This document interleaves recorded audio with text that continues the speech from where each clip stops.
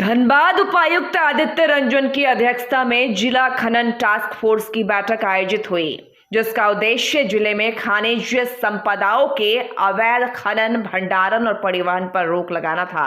उपायुक्त ने कोयला परिवहन में लगे वाहनों के व्हीकल ट्रैकिंग सिस्टम को राज्य सरकार के पोर्टल से इंटीग्रेट करने का निर्देश दिया, ताकि परिवहन की पूरी मॉनिटरिंग संभव हो सके।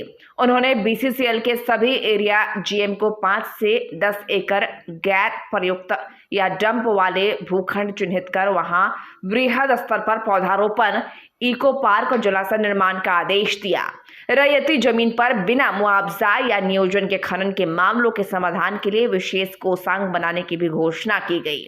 वहीं एसएसपी प्रभात कुमार ने थाना प्रभारियों को अवैध खनन एवं परिवहन के खिलाफ कड़ी कार्रवाई सुनिश्चित करने का निर्देश दिया।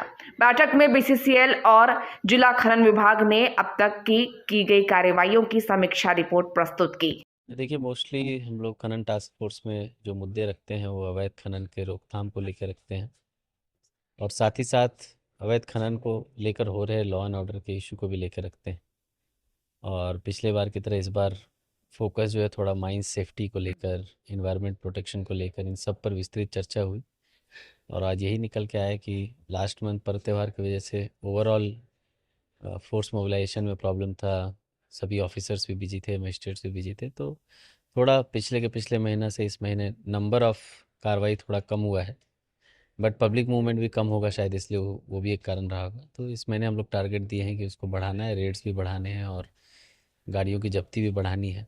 साथ ही साथ सभी गाड़ियों में व्हीकल ट्रैकिंग सिस्टम जो लगे हुए हैं उसका इंटीग्रेशन हमारे पोर्टल से करने का निर्देश दिए हैं, ताकि राज्य सरकार को भी पता चलता रहे कि कितनी गाड़ियां जो है वो खदानों में चल रही है, और वो जो डिस्पैच चालान है वो उसके अनुसार चल रही है कि अनियमित चल रही है। और इस बार हम लोगों ने एक नई चीज़ करने की कोशिश की कि सभी एरियाज़ में सभी जीएम को निर्देश दिया गया है कि अपने अपने क्षेत्र में 5 से 10 एकड़ ज़मीन OB dump, abandon mine identify करें, जहां हम लोग plantation, pond creation, basically environment protection को लेके कुछ काम कर सकें। वो जिला के डीएफटी मद से होगा या बीसीसीएल के सीएसआर मद से होगा या उनके अपने माइनिंग क्लोजर प्लान का पार्ट होगा। विभिन्न स्रोतों से उसको करेंगे, पर हम लोग कोशिश करेंगे कि हर एक क्षेत्र में एक दो करके ऐसे प्लांटेशन ब्लॉक्स, छोटे छोटे पार्क्स बना सकें, ताकि एयर पॉल्यूशन भी कम हो और खदानों को लेकर जो कॉम्पनसेटरी काम करना है माइनिंग क्लोजर प्लान के तहत, वो भी कार्य साथ साथ हो सके। देखिए, ये शिकायत 2-3 एरिया से तो खासकर बड़े मात्रा में आ रही थी। इनफैक्ट दामोदर नदी पर भी डालने का मुद्दा आ रहा था। तो हम लोगों ने एक अभी ग्रीवांस सेल बनाने की बात करी है, जहाँ पे ऐसी शिकायतें आएंगी।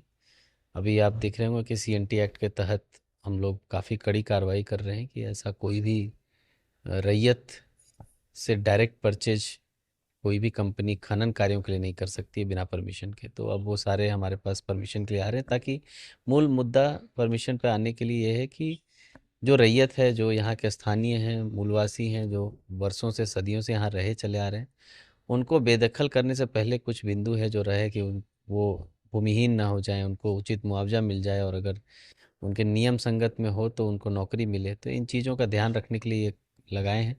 और ऐसी कोई भी शिकायत अब आएगी तो हम लोग कड़ी कार्रवाई करेंगे। और पुराने वाले में कार्रवाई चल रही है, ओबी डंप हटाने की भी कार्रवाई चल रही है, और फोर्सिबल एक्विजिशन का भी काम चल रहा है कि आपने अगर कर दिया है तो आप तत्काल उसको एक्वायर करिए, रैयत को मुआवजा दीजिए जो उनका हक है। नहीं देंगे तो हम लोग उस पर भी कार्रवाई करेंगे।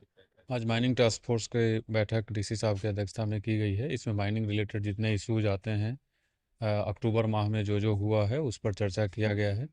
कैसे अवैध कोयला चोरी का शिकायत आता है, कहीं माइंस धंसने की शिकायत आती है, माइंस में कैसे सुरक्षा बढ़ाई जाए ताकि आम जन लोगों की जान बची रहे। बीसीसीएल का भी पॉइंट था कि माइनिंग एरिया में ग्रामीण लोग ज़बरदस्ती चले जाते हैं, उससे ना सिर्फ बीसीसीएल के पदाधिकारी पर खतरा या फिर कोयला चोरी की बात होती है, जब बल्कि ग्रामीणों की भी सुरक्षा पर खतरा होता है। तो इन तमाम चीज़ें पे बैठक किया गया है और इसमें थाना प्रभारी को आवश्यक दिशा निर्देश दिए गए हैं। अक्टूबर माह में हमारा नंबर ऑफ़ एफआईआर्स थोड़ा कम गया था। उसका कारण ये है कि पूरे अक्टूबर में लगातार फेस्टिवल्स ही रहे थे, तो उसके लिए इस महीना उस नवंबर का टारगेट भी पूरा करना, अक्टूबर में जो कमी रह गई है उसको भी भरपाई करना, इसके लिए दिशा निर्देश दिया गया है। CISF और धनबाद जिला पुलिस दोनों का समन्वय बना रहे और दोनों समन्वय बना करके कैसे अवैध चीज़ों के विरुद्ध कार्रवाई करे, इसके लिए भी दिशा निर्देश दिया गया है लोगों को। CISF ने भी अपनी बात रखी है, धनबाद पुलिस के जो हमारे अधिकारी लोग थे उनको, और दोनों में कैसे समन्वय बनाए रखे इस पे भी चर्चा की गई है। तो ओवरऑल काफ़ी अच्छी मीटिंग थी और ये तो रेगुलरली हम लोग लगातार करते ही रहते हैं और जो भी थोड़ी बहुत कमियां रह गई हैं उसको आने वाले दिनों में पूरा कर लिया जाएगा।